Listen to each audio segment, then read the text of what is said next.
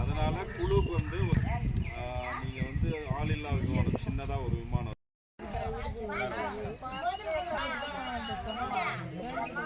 ஒரு கூட்டம் உங்களெல்லாம் கூட்டிட்டு இருக்கோம் அப்படின்னா மத்திய அரசாங்கம் வந்து விவசாயிகளுக்கு நிறைய திட்டங்களை வந்து வழங்கிட்டு இருக்கு. இந்த காலநிலையில இந்த பருவநிலையில என்னென்ன மாதிரியான புதிய ரகங்கள் வந்துட்டு இருக்கு, புதிய தொழில்நுட்பங்கள் வந்துட்டு இருக்கு, அதே மாதிரி தொழில்நுட்பங்கள் மட்டும் இல்லாம என்னென்ன மாதிரியான திட்டங்கள்லாம் வந்துட்டு இருக்கு, இது சம்பந்தமான ஒரு விழிப்புணர்வை ஒவ்வொரு மாவட்டத்திலையும் கடந்த 29ஆம் தேதியிலிருந்து வந்துட்டு 12ஆம் தேதி வரைக்கும் ஒவ்வொரு மாவட்டத்திலையும் 45 கிராமங்களை தேர்வு செஞ்சு வருஷத்துக்கு விதை எங்கிருந்தா கொண்டு வரீங்க, அது வந்து முக்கியம். தலைக்கு வந்து நல்லா வந்து யூஸ்ஃபுல் ஆகும்.